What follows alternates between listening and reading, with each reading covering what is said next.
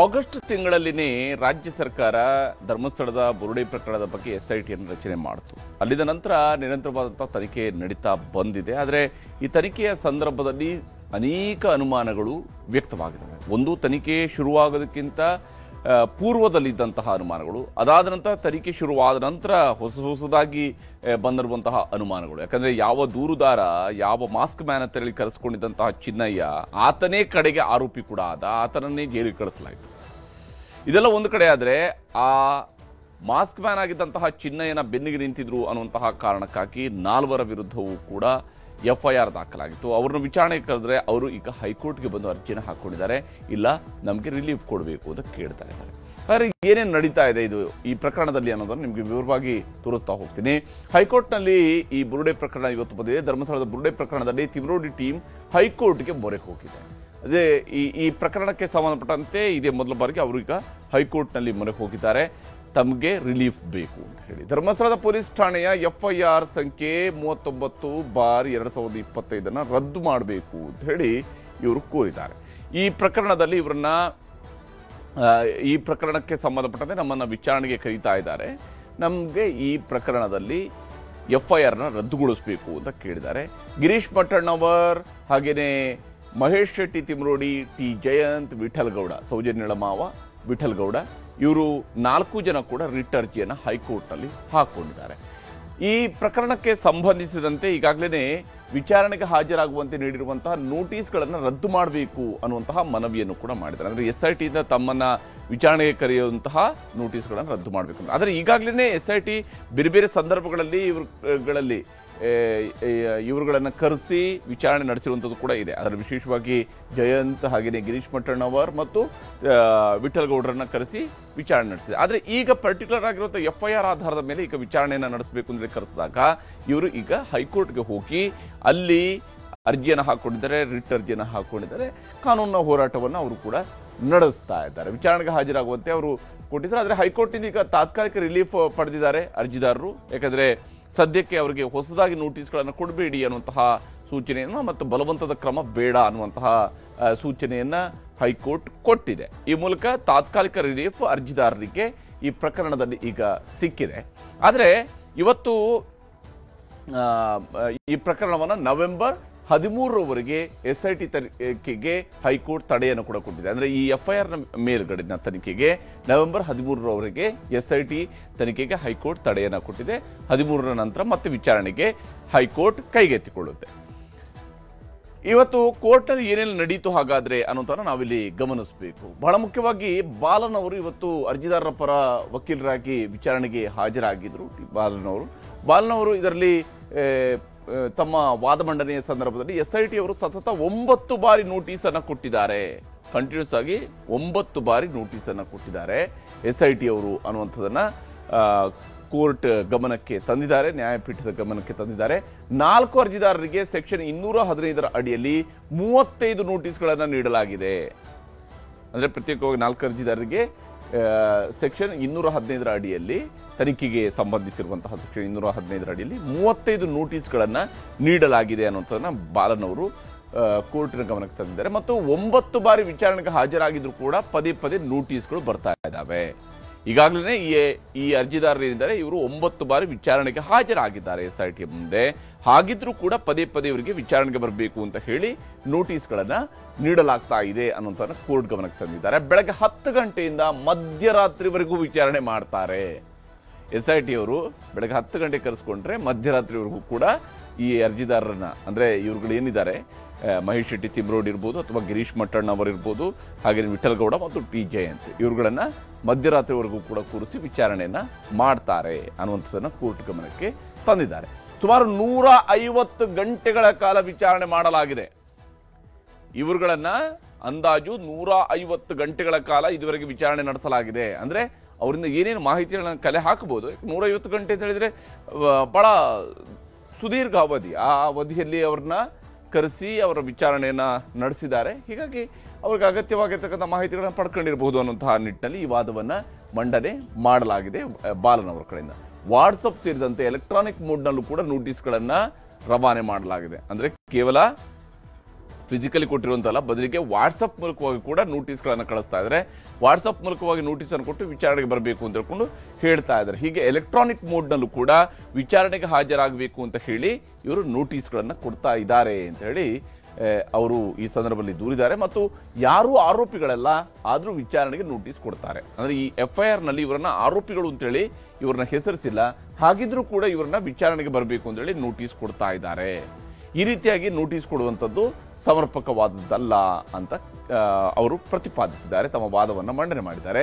ಮತ್ತು ಇದೇ ಸಂದರ್ಭದಲ್ಲಿನೇ ಅವರು ಇನ್ನೂ ಒಂದು ಅಂಶವನ್ನು ಉಲ್ಲೇಖ ಮಾಡಿದ್ದಾರೆ. ಎಲ್ಲ ರೀತಿಯಂತ ನೋಟಿಸ್ಗಳಿಗೆ ಕಾರಣ ರಾಜಕೀಯ ವೈಷಮ್ಯ, ರಾಜಕೀಯ ಧಾರ್ಮಿಕ ಸಂಘಟನೆಯ ವೈಷಮ್ಯದಿಂದಾಗಿ ಇಂತಹ ನೋಟಿಸ್ಗಳನ್ನ ಈ ನಾಲ್ವರಿಗೆ ಕೊಡಲಾಗ್ತಾ ಇದೆ ಅನ್ನುವಂಥದ್ದು ಬಾಲನ್ ಅವರು ಕೋರ್ಟ್ನ ಗಮನಕ್ಕೆ ತರುವಂತಹ ಪ್ರಯತ್ನವನ್ನ ಮಾಡಿದ್ದಾರೆ. ಕೇಸ್ ದಾಖಲಾಗಿದ್ದಾಗ ಸೆಕ್ಷನ್ 211 ಸಬ್ಕ್ಲಾಸ್ ಎ ಅಡಿಯಲ್ಲಿ ಪ್ರಕರಣವನ್ನ ದಾಖಲಿಸಿಕೊಳ್ಳಲಾಗಿತ್ತು. ಕೇಸ್ ದಾಖಲು ಮಾಡದಂತಹ ಸಂದರ್ಭದಲ್ಲಿ ಸೆಕ್ಷನ್ 211 ಎ ಅಡಿಯಲ್ಲಿ ಪ್ರಕರಣವನ್ನ ದಾಖಲಿಸಿಕೊಳ್ಳಲಾಗಿತ್ತು ಅನ್ನುವಂಥದ್ದನ್ನು ಕೂಡ ಕೋರ್ಟ್ ಗಮನಕ್ಕೆ ತಂದಿದ್ದಾರೆ. ಮತ್ತು ವಿಚಾರಣೆ ಹಂತದಲ್ಲಿ ಹಲವು ಸೆಕ್ಷನ್ಗಳನ್ನ ಇದಕ್ಕೆ ಸೇರಿಸಲಾಗಿದೆ. ಈ ಪ್ರಕರಣಕ್ಕೆ ಸಂಬಂಧಪಟ್ಟಂತೆ, ಈ FIR ಗೆ ಸಂಬಂಧಪಟ್ಟಂತೆ ಹೊಸದಾಗಿ ಬೇರೆ ಬೇರೆ ಸೆಕ್ಷನ್ಗಳನ್ನ ಸೇರಿಸಲಾಗಿದೆ ಅನ್ನೋದನ್ನ ಬಾಲನ್ ಹೇಳಿದ್ದಾರೆ. ಅಷ್ಟೇ ಅಲ್ಲದೆ ಇನ್ನೂ ಒಂದು ಅಂಶವನ್ನು ಇಲ್ಲಿ ಮಾಸ್ಕ್ ಮ್ಯಾನ್ ಪರವಾಗಿಯೂ ಕೂಡ ಅವರು ತಮ್ಮ ವಾದ ಮಂಡನೆಯ ಸಂದರ್ಭದಲ್ಲಿ ಉಲ್ಲೇಖ ಮಾಡಿದ್ದಾರೆ. ಈ ಸಂದರ್ಭದಲ್ಲಿ SPP ಜಗದೀಶ್ ಅವರು ಪ್ರತಿವಾದವನ್ನ ಮಾಡಿದ್ದಾರೆ ಸರ್ಕಾರದ ಪರವಾಗಿ. ಇದೇ 4 ಚಾಂಪಿಯನ್ಗಳು ತನಿಖೆಗೆ ಕೇಳಿದ್ರು ಅಂತ. ಅಂದ್ರೆ ಚಿನ್ನಯ್ಯನ ಮೂಲಕವಾಗಿ ದೂರು ಏನು ದಾಖಲಾಗಿದೆ, ಆ ದೂರಿಗೆ ಕಾರಣ ಈ 4 ಜನ, ಈ 4 ಚಾಂಪಿಯನ್ಗಳು ತನಿಖೆಗೆ ಕೇಳಿದ್ರು ಅನ್ನೋದು SPP ಜಗದೀಶ್ ಅವರು ತಮ್ಮ ವಾದ ಮಂಡನೆಯ ಸಂದರ್ಭದಲ್ಲಿ ಹೇಳಿರ್ತಕ್ಕಂತಹ ಅಂಶ, ಉಲ್ಲೇಖ ಮಾಡಿರ್ತಕ್ಕಂತಹ ರೀತಿ. ದೂರುದಾರರಿಗೆ ಆಶ್ರಯ ಕೂಡ ಇದೇ ವ್ಯಕ್ತಿಗಳೇ ನೀಡಿದ್ದು.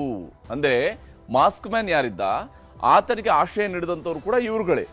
ಹೀಗಾಗಿ ಇವರ ಇನ್ವಾಲ್ವ್ಮೆಂಟ್ ಇದರಲ್ಲಿ ಇದೆ, ಈ ಪ್ರಕರಣದಲ್ಲಿ ಇದೆ. ದೂರುದಾರರಿಗೆ ಆಶ್ರಯ ನೀಡಿದ್ದು ಕೂಡ ಇದೇ ವ್ಯಕ್ತಿಗಳೇ ಅನ್ನುವಂತಹ ಅಂಶವನ್ನು ಕೂಡ ಜಗದೀಶ್ ಅವರು ಕೋರ್ಟ್ ಗಮನಕ್ಕೆ ತಂದಿದ್ದಾರೆ. ಇದೇ ವ್ಯಕ್ತಿಗಳಿಂದ ತಪ್ಪು ಮಾಹಿತಿ ನೀಡಿದ್ದಾಗಿ ಚಿನ್ನಯ್ಯ ಹೇಳಿದ್ದಾನೆ. ಅಂದ್ರೆ ಆತನ ತನ್ನ ಮರು ಹೇಳಿಕೆಯನ್ನು ದಾಖಲಿಸುವಂತಹ ಸಂದರ್ಭದಲ್ಲಿ ಆತ ಹೇಳಿಕೆಯನ್ನು ಕೊಟ್ಟಿದ್ದಾನೆ, ಇದೇ ವ್ಯಕ್ತಿಗಳ ಕಾರಣದಿಂದಾಗಿ ತಾನು ತಪ್ಪು ಮಾಹಿತಿಯನ್ನ ನೀಡಿದ್ದೇನೆ ಅನ್ನುವಂತಹ ತಪ್ಪೊಪ್ಪಿಗೆಯನ್ನ ಚಿನ್ನಯ್ಯ ಮಾಡಿಕೊಂಡಿದ್ದಾನೆ ಅನ್ನುವಂಥದ್ದನ್ನ ಕೋರ್ಟ್ ಗಮನಕ್ಕೆ ತರಲಾಗಿದೆ. SPP ಜಗದೀಶ್ ಅವರ ಕಡೆಯಿಂದ ತನಿಖೆ ಸಂದರ್ಭದಲ್ಲೂ ತೊಂದರೆ ಮಾಡಿದ್ದಾರೆ.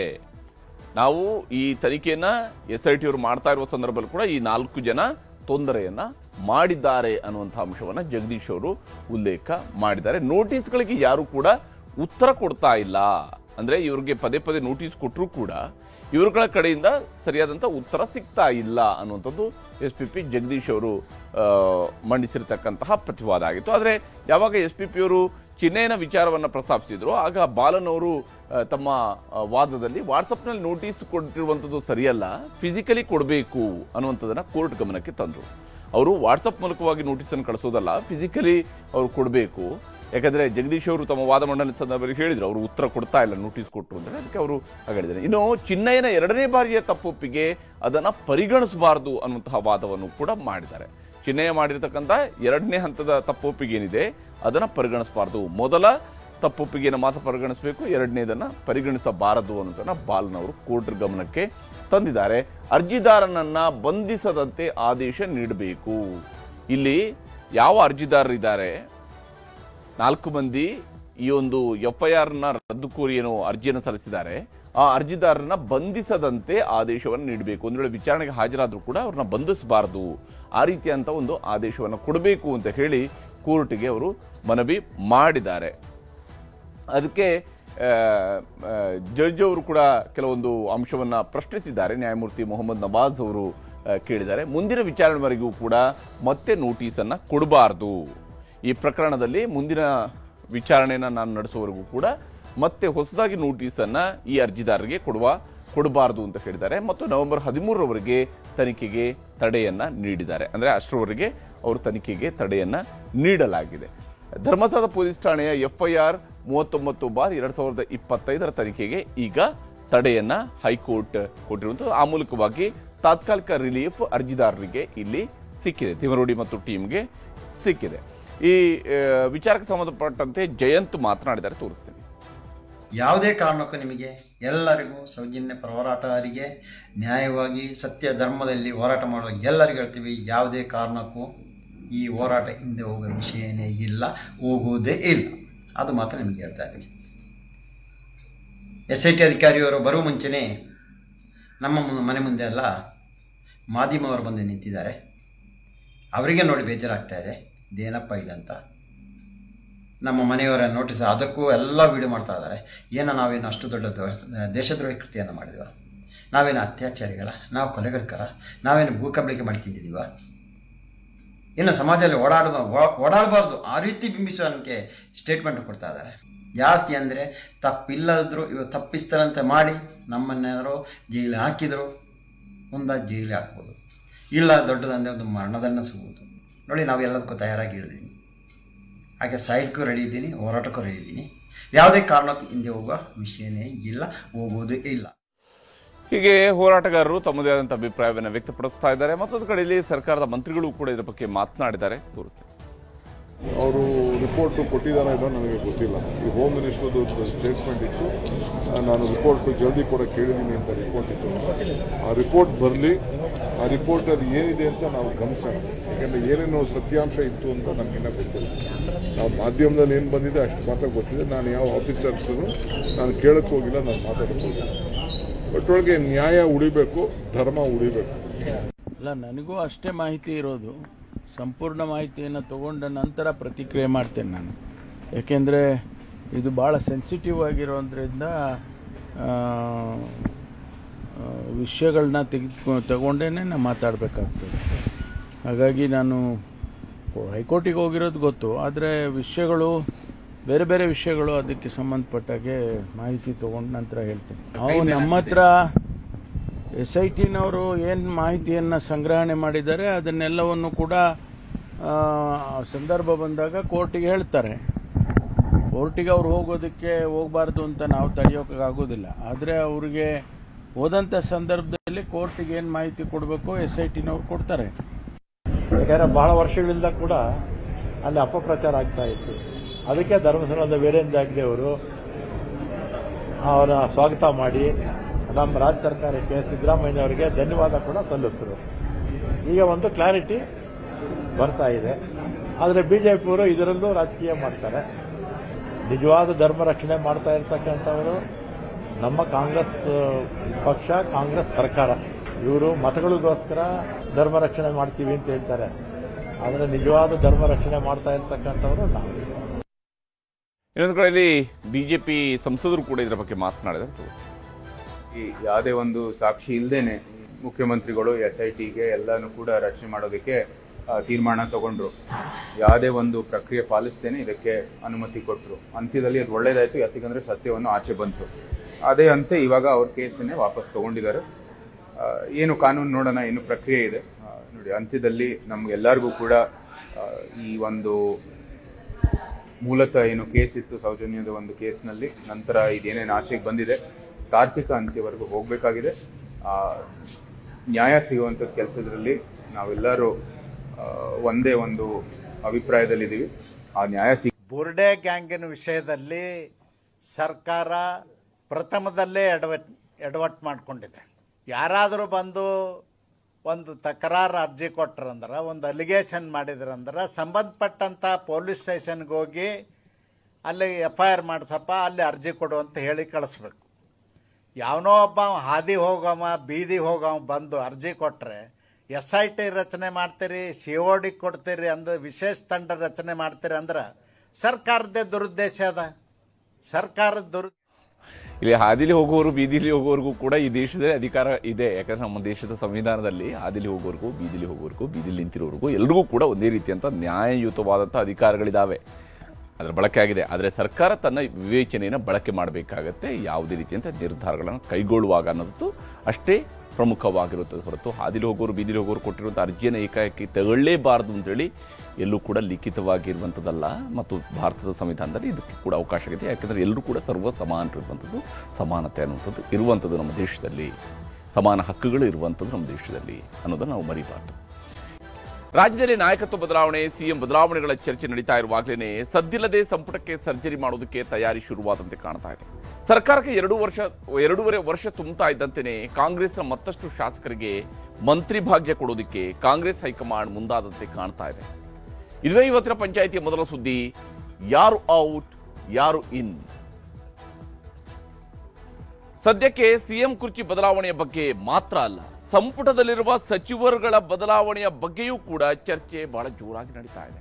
ನಮಗೆ ದೆಹಲಿಯಿಂದ ಸಿಕ್ಕಿರುವಂತಹ ಖಚಿತ ಮಾಹಿತಿಯ ಪ್ರಕಾರ ನವೆಂಬರ್ ತಿಂಗಳ ಅಂತ್ಯದ ವೇಳೆಗೆ ಸಂಪುಟಕ್ಕೆ ಸರ್ಜರಿ ಮಾಡುವಂತಹ ಎಲ್ಲ ಲಕ್ಷಣಗಳು ಕೂಡ ಗೋಚರಿಸ್ತಾ ಇದ್ದಾವೆ.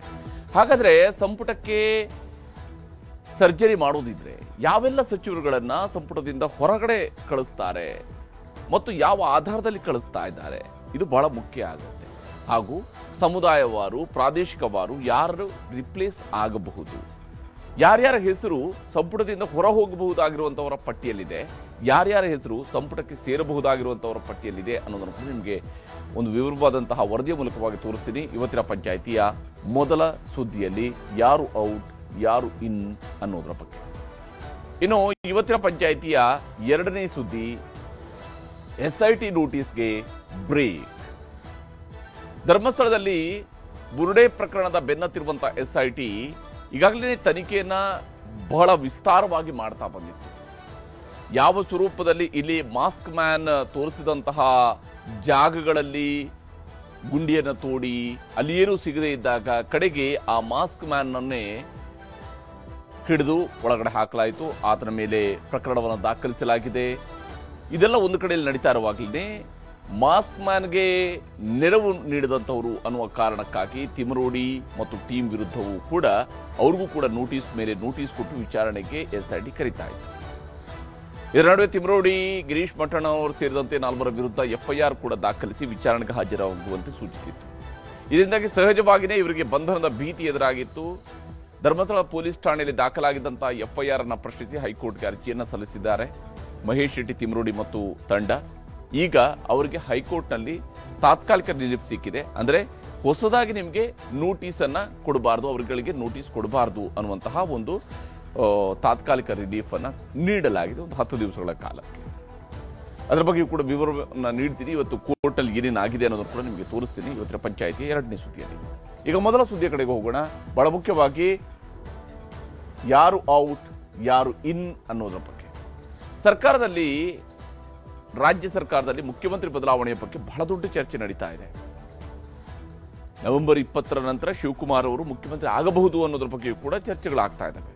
ರಾಜಕೀಯವಾಗಿ ಏನೇ ಚರ್ಚೆಗಳು ಬಹಿರಂಗವಾಗಿ ನಡೀತಾ ಇದ್ರು ಕೂಡ ಸದ್ದಿಲ್ಲದೆ ಒಳಗಡೆ ನಡೀತಾ ಇರುವಂಥದ್ದು ಸಂಪುಟ ಪುನರ್ರಚನೆಯ ಬಗೆಗಿನ ಪ್ರಯತ್ನಗಳು ಅಂತ ಹೇಳಿ. ಅಂದ್ರೆ ಸಂಪುಟದಿಂದ ಒಂದಷ್ಟು ಸಚಿವರುಗಳನ್ನ ಕೈ ಬಿಡುವಂಥದ್ದು ಪಕ್ಕಾ ಆಗ್ತಾ ಇದೆ. ಹಾಗೂ ಆ ಸಚಿವರುಗಳನ್ನು ಕೈ ಬಿಟ್ಟಾಗ ಅಲ್ಲಿ ಹೊಸದಾಗಿ ಮತ್ತೊಂದಷ್ಟು ಜನ ಹೊಸಬರಿಗೆ ಮಂತ್ರಿಗಳಾಗುವಂತಹ ಅವಕಾಶ ಸಿಗಬಹುದು. ಅವರ ಜೊತೆಗೆ ಒಂದಿಷ್ಟು ಹಳಬರು ಕೂಡ ಸೇರ್ಕೊಳ್ಬಹುದು ಅನ್ನುವಂತಹ ನಿರೀಕ್ಷೆಯೂ ಕೂಡ ಇದ್ದಿರುವಂತಹ ಅದರ ಬಗ್ಗೆ ವರದಿ ನಿಮಗೆ ತೋರಿಸ್ತೀನಿ.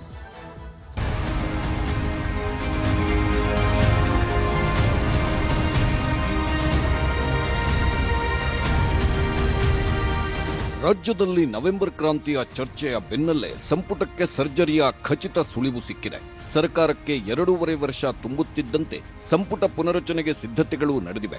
ಎಲ್ಲವೂ ಅಂದುಕೊಂಡಂತಾದ್ರೆ ನವೆಂಬರ್ 20ರ ಬಳಿಕ ರಾಜ್ಯ ಸಚಿವ ಸಂಪುಟ ಪುನರಚನೆ ಆಗಲಿದೆ. ಸಂಪುಟ ಪುನರಚನೆ ಸಂಬಂಧ ದೆಹಲಿ ಮಟ್ಟದಲ್ಲಿ ಕಸರತ್ತು ಶುರುವಾಗಿದ್ದು, ನ್ಯೂಸ್ 18 ಕನ್ನಡಕ್ಕೆ ದೆಹಲಿಯಿಂದ AICC ಮೂಲಗಳ ಖಚಿತ ಮಾಹಿತಿ ಸಿಕ್ಕಿದೆ. ನವೆಂಬರ್ 15ರಂದು ಸಿಎಂ ಸಿದ್ದರಾಮಯ್ಯ ದೆಹಲಿಗೆ ತೆರಳಲಿದ್ದಾರೆ. 3 ದಿನಗಳ ಕಾಲ ದೆಹಲಿಯಲ್ಲೇ ಇರಲಿದ್ದು ಹೈಕಮಾಂಡ್ ಜೊತೆ ಚರ್ಚಿಸಿ ಪುನರಚನೆ ನಿರ್ಧಾರ ಕೈಗೊಳ್ಳಲಿದ್ದಾರೆ. ಮೂಲಗಳ ಪ್ರಕಾರ 10 ರಿಂದ 12 ಮಂದಿ ಹಾಲಿ ಸಚಿವರಿಗೆ ಕೊಡುವ ಬಗ್ಗೆ ಗಂಭೀರ ಚರ್ಚೆ ಆಗಲಿದೆ. ಹಾಗೇನಾದ್ರೂ ಆದ್ರೆ ಕಳಪೆ ಸಾಧನೆ ಮಾಡಿರುವ ಸಚಿವರಿಗೆ ಕತ್ತರಿ ಬೀಳೋದು ಪಕ್ಕ. ಹಾಲಿ ಇರುವ ಯಾರಿಗೆಲ್ಲ ಕೊಡಬಹುದು ಎಂಬ ಚರ್ಚೆ ವಿಧಾನಸೌಧದ ಪಡಸಾಲೆಯಲ್ಲಿ ಜೋರಾಗಿದೆ. ಇದರ ನಡುವೆ ದೆಹಲಿ ಮಟ್ಟದಲ್ಲೂ ಒಂದು ಲಿಸ್ಟ್ ರೆಡಿಯಾಗಿದೆ ಎನ್ನಲಾಗಿದ್ದು, ಅದರ ಪ್ರಕಾರ ಸಂಪುಟದಿಂದ ಹೊರಹೋಗಬಹುದಾದ ಸಚಿವರ ಪಟ್ಟಿ ಹೀಗಿದೆ. ಉನ್ನತ ಶಿಕ್ಷಣ ಸಚಿವ ಡಾಕ್ಟರ್ MC ಸುಧಾಕರ್, ನಗರಾಭಿವೃದ್ಧಿ ಸಚಿವ ಭೈರ್ತಿ ಸುರೇಶ್, ಪೌರಾಡಳಿತ ಸಚಿವ ರಹೀಂ ಖಾನ್, ಸಕ್ಕರೆ ಸಚಿವ ಶಿವಾನಂದ ಪಾಟೀಲ್, ಸಾಂಖ್ಯಿಕ ಮತ್ತು ಯೋಜನೆ ಸಚಿವ ಡಿ ಸುಧಾಕರ್, ವಸತಿ ಸಚಿವ ಜಮೀರ್ ಅಹಮದ್ ಖಾನ್, ಅಬಕಾರಿ ಸಚಿವ RB ತಿಮ್ಮಾಪುರ, ಆಹಾರ ಸಚಿವ KH ಮುನಿಯಪ್ಪ, ಮಹಿಳಾ ಮತ್ತು ಮಕ್ಕಳ ಕಲ್ಯಾಣ ಸಚಿವೆ ಲಕ್ಷ್ಮೀ ಹೆಬ್ಬಾಳ್ಕರ್ ಅವರನ್ನ ಸಚಿವ ಸ್ಥಾನದಿಂದ ಕೈಬಿಡುವ ಸಾಧ್ಯತೆಗಳಿವೆ ಎಂದೇ ಹೇಳಲಾಗ್ತಿದೆ. ಕೊಕ್ ನೀಡದವರ ಸ್ಥಾನಕ್ಕೆ ಆಯ್ಕೆ ಮಾಡಲು ಹಲವು ಮಾನದಂಡಗಳು ತಯಾರಾಗುತ್ತಿವೆ. ಯಥಾ ಪ್ರಕಾರ ಜಾತಿವಾರು ಆದ್ಯತೆ ನೀಡಲು ಕಾಂಗ್ರೆಸ್ ಹೈಕಮಾಂಡ್ ಮುಂದಾಗಬಹುದು. ರಾಹುಲ್ ಗಾಂಧಿ ನಿರ್ದೇಶನದಂತೆ ಸಾಮಾಜಿಕ ಸಮೀಕರಣದ ಆಧಾರದಲ್ಲಿ ಆಯ್ಕೆ ಆಗಲಿದೆ. ಹೊಸ ಮುಖಗಳಿಗೆ, ಯುವಕರಿಗೆ, ಮಹಿಳೆಯರಿಗೆ ಆದ್ಯತೆ ನೀಡಲಾಗುವುದು. ಜಾತಿವಾರು ಪ್ರಾತಿನಿಧ್ಯ ಕಲ್ಪಿಸಲು ನಡೆದಿದೆ ಲೆಕ್ಕಾಚಾರ. 2028ರ ವಿಧಾನಸಭೆ ಚುನಾವಣೆ ಗೆಲ್ಲುವ ನಿಟ್ಟಿನಲ್ಲಿ ಸಂಪುಟ ರಚನೆಯಾಗಲಿದೆ.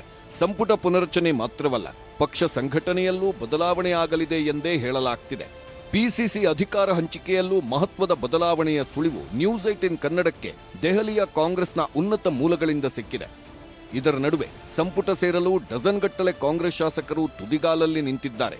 ಕೆಲವರು ತಮ್ಮದೇ ರೀತಿಯ ಲಾಬಿ ಶುರು ಮಾಡಿದ್ದರೆ ಮತ್ತೆ ಕೆಲವರಿಗೆ ಮಂತ್ರಿಗಿರಿ ಕೊಡಲು ಹೈಕಮಾಂಡ್ ಕೂಡ ಒಲವು ಹೊಂದಿದೆ ಎನ್ನಲಾಗುತ್ತಿದೆ.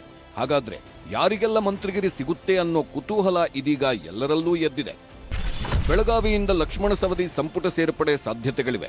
ಸಂಪುಟದಲ್ಲಿ ಹಾಲಿ ಇರುವ 2 ಮುಸ್ಲಿಂ ಸಚಿವರನ್ನ ಕೈಬಿಟ್ಟಿದ್ದೇ ಆದ್ರೆ ಆ ಜಾಗಕ್ಕೆ ಸ್ಪೀಕರ್ ಆಗಿರುವ ಯುಟಿ ಖಾದರ್ ಹಾಗೂ ಮೈಸೂರಿನ ನರಸಿಂಹರಾಜ ಶಾಸಕ ತನ್ವೀರ್ ಸೇಠ್ಗೆ ಮಂತ್ರಿಗಿರಿ ನೀಡಬಹುದು.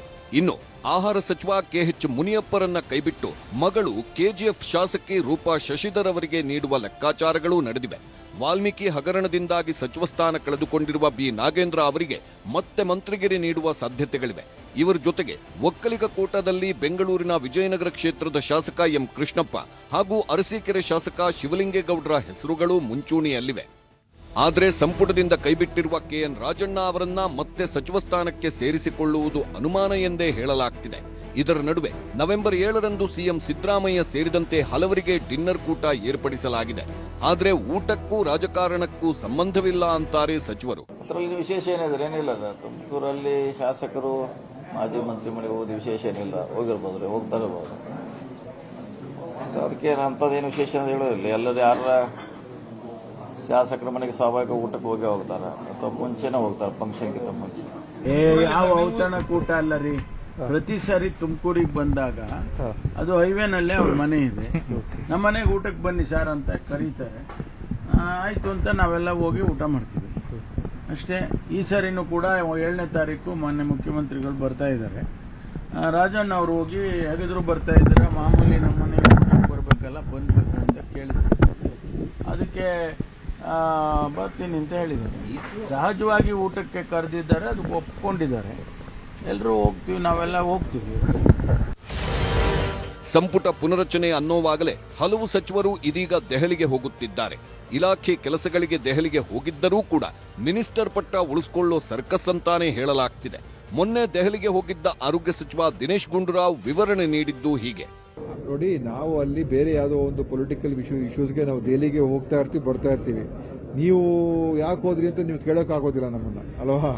ನಾವು ಹೋಗ್ತಾ ಇದೇನು ಮೊದಲೇ ಬಾರಿಗೇನು ಹೋಗ್ತಾ ಇಲ್ಲ, ಹಲವಾರು ಬಾರಿ ಹೋಗಿದ್ದೆ. ಈ ಸಲನೇ ಏನೋ ಹೋಗಿದ್ದಕ್ಕೆ ಸುದ್ದಿ ಆಗಿದೆ, ಹಿಂದೆಲ್ಲ ಹೋದಾಗೆಲ್ಲ ಸುದ್ದಿ ಆಗಿಲ್ಲ. ಅದಕ್ಕೋಸ್ಕರ ನಾನು ಅದ್ರ ಬಗ್ಗೆ ಇನ್ನೇನು ಹೇಳಕ್ ಹೋಗೋದಿಲ್ಲ.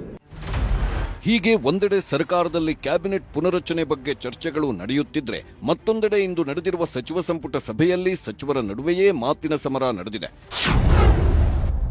ಎಸ್ಸಿಪಿ ಟಿಎಸ್ಪಿ ಹಣ ಬಳಕೆಯ ಕೂಗಾಟ, Mahadevappa George ಜಟಾಪಟಿ.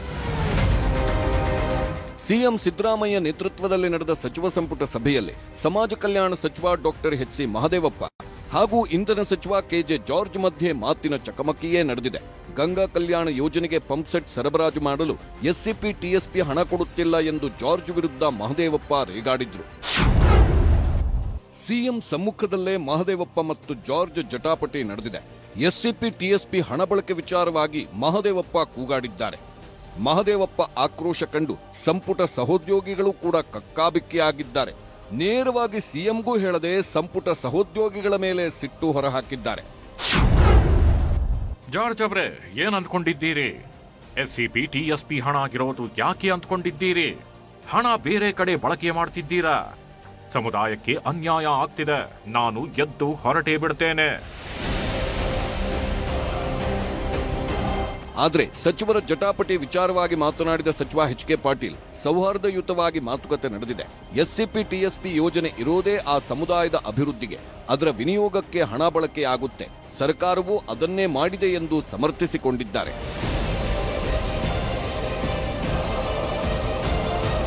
Bureau report, news 18.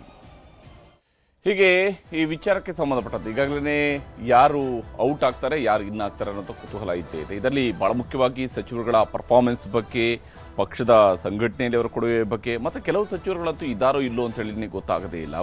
ಅವರ ಕ್ಷೇತ್ರಕ್ಕೆ ಮಾತ್ರ ಸಚಿವರಾಗಿದ್ದಾರಾ, ಇಡೀ ರಾಜ್ಯಕ್ಕೆ ಸಚಿವರಾಗಿದ್ದಾರಾ? ಇಂತಹ ಅನುಮಾನ ಇರತಕ್ಕಂಥ ಕೆಲವು ಸಚಿವರುಗಳು ಕೂಡ ಕರ್ನಾಟಕದಲ್ಲಿ ಇದ್ದಾರೆ. ಹೀಗಾಗಿ ಅಂಥವ್ರುಗಳನ್ನು ಕೂಡ ಈಗ ಸಂಪುಟದಿಂದ ಹೊರಗಡೆ ಹಾಕಿ ಹೊಸದಾಗಿ ಒಂದಿಷ್ಟು ಮಂದಿಗೆ ಸಂಪುಟ ಸೇರ್ಪಡೆ ಆಗುವಂತಹ ನಿರೀಕ್ಷೆ ಇದ್ದೇ ಇರುವಂಥದ್ದು. ಆದರೆ ಯಾವ ಸ್ವರೂಪದಲ್ಲಿ ಇದೆಲ್ಲವೂ ಕೂಡ ನಡೆಯುತ್ತೆ ಅನ್ನೋಂಥದ್ದನ್ನು ನೋಡಬೇಕು.